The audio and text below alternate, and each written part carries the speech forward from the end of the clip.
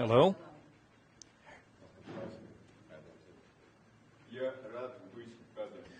I'm glad to be in Kazan.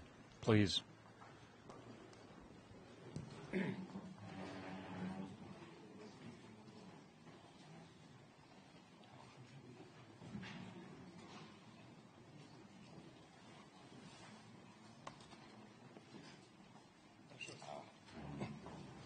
Please be seated.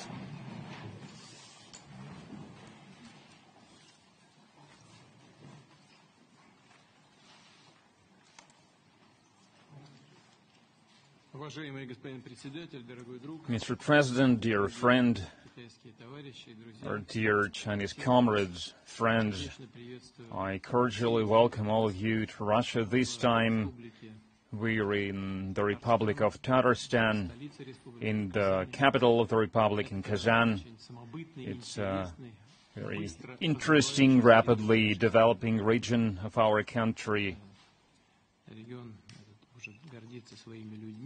It's proud of its people who are hardworking and talented, and it's also proud of the rate at which it's growing, it's developing.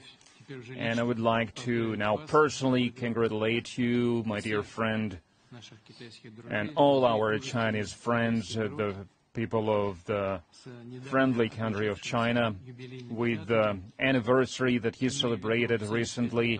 I mean the 75th anniversary of establishing the People's Republic of China and the establishment of the diplomatic ties between our countries. Over these 75 years, the Russian-Chinese relations reached a level of comprehensive partnership and strategic cooperation.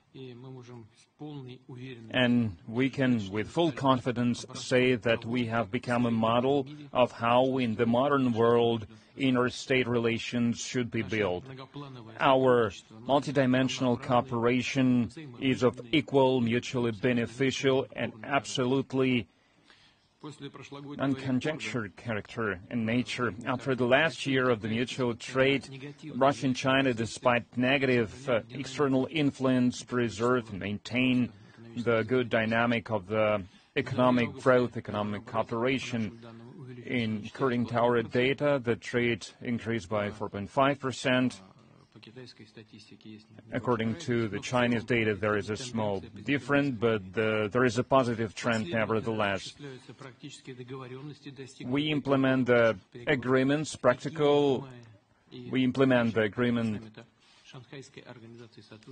that we reached during the Shanghai Cooperation Organization Summit in Astana. We are implementing successfully joint projects in energy, in industry, in high technology, in transport, in agriculture, and in many other fields. New logistics centers were built named after Deng Xiaoping, and this center is used for the cargo transportation between our countries. We are strengthening humanitarian ties. We are holding events, cross-cultural events, and we plan more than 400 events like these in both countries. We are also increasing tourist flows, sport and educational exchanges. Just yesterday, when I drove to the Kremlin, As is usually the case over the last years and months, I could see a lot of Chinese tourists in the very heart of Russia, in Moscow, in the Kremlin. Russian-Chinese cooperation in the global affairs is one of the main stabilizing factors globally, and we intend to continue to enhance our coordination, to boost our coordination in all the multilateral platforms to ensure global security and fair world order.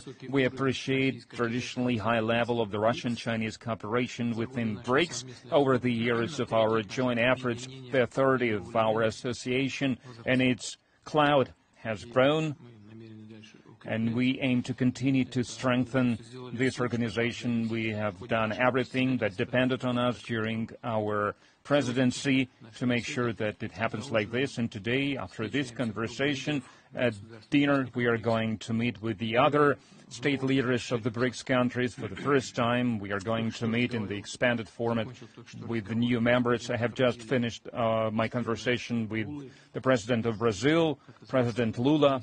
As is known, due to medical reasons, he had to stay home, and he expressed his regret that he couldn't travel, and he intends to join us tomorrow, to work with us tomorrow via video link.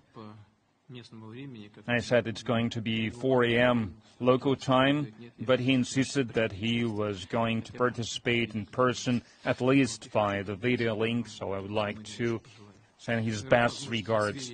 And we will have the chance to compare notes before the summit to discuss our bilateral agenda and international matters as well. Thank you. Welcome.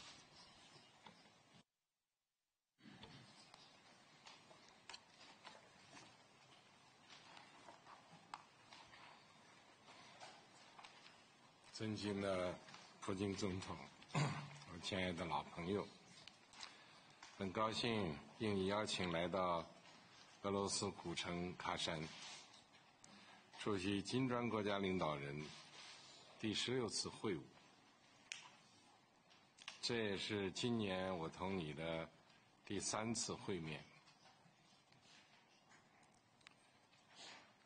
金砖会议选择在喀山举行，我就在了解喀山的情况，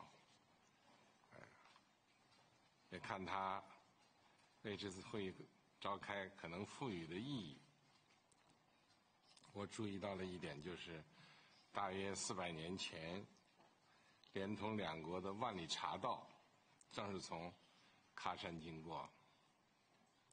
将来自中国武夷山地区的茶叶送至了俄罗斯。It connected our countries, and it also went through Kazan, and Chinese tea was exported to Russia by this road. And early this month, we exchanged our congratulations on the occasion of the 75th anniversary of establishing diplomatic relations. Over the last decade, Russian-Chinese relations withstood the challenges by the rapidly changing global situation, and they have reached an unprecedented level. We have reached a level of establishing, building relations between two top-level states. That is, our cooperation is not aimed against any third party, and we pay special attention to the development of the Russian-Chinese relations, and we keep it under our personal control. Both countries adhere to the spirit of the good neighborly relations and friendship, comprehensive strategic cooperation, and mutually beneficial cooperation, and we consistently strengthen and expand multilayered strategic cooperation and practical cooperation in all fields, and we are giving the strong impetus to the modernization, national development. We are making strong contribution to the cause of strengthening two countries and to the protection of international justice. Under the conditions of unprecedented tectonic shifts, the international situation is going through rapid changes, but it will not stopped me from believing that we did the right thing by choosing the mutual support for the benefit of the multi-century friendship between Russia and China. BRICS, I believe, one of the most important platforms to develop the new rapidly growing regions. It's one of the systemic factors to ensure multipolar world and access to inclusive economic globalization systems. Summit BRICS, the BRICS summit that is going to be open tomorrow, will become the first summit after it was expanded, after the new members were accepted, and it will have huge significance to promote cooperation within the larger BRICS. We highly appreciate the work, huge work done by Russia during its presidency,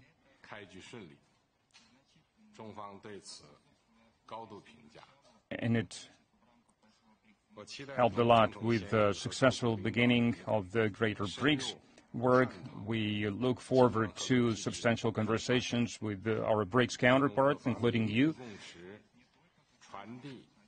regarding the development of our association, which will send positive signal about the solidarity and cooperation, and will also allow to expand comprehensive strategic cooperation within this association, and it will open up new opportunities for the global South countries and make a new contribution to the